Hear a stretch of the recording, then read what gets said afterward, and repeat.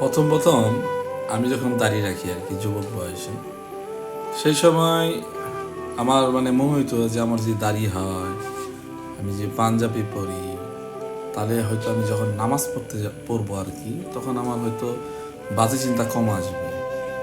কারণ এখন আমার দাড়ি নাই, আমার সুন্নতি লেবাস নাই।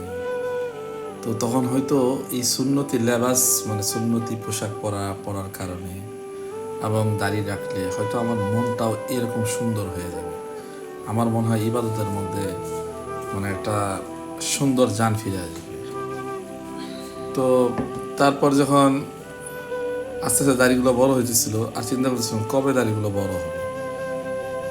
তো দাড়ি বড় হওয়ার পরে আমি যেটা বুঝতে পারলাম সেটা হচ্ছে আসলেই উপরের যে চেহারা সেটা পরিবর্তন করা সহজ, কিন্তু ভিতরে যে অন্তর এটা পরিবর্তন করা, যেটা আমরা বলি ইমান, রূহ, কলব, এটা পরিবর্তন করতে অনেক সময় লাগে। এটা খুব কঠিন কাজ।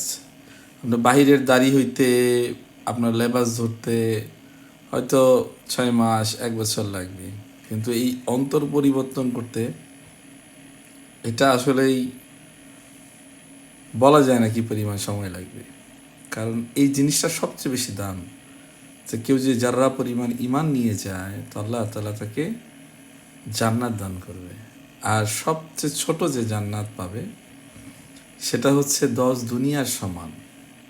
এই পৃথিবীটা কিন্তু দুনিয়া না, পৃথিবীটা দুনিয়ার একটা খুব ক্ষুদ্র একটা অংশ।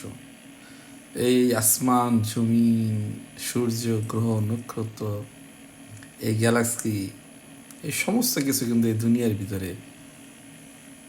তো আসলেই সেই ইমানটা সুন্দর করার জন্য আসলেই চেষ্টা করতে হবে।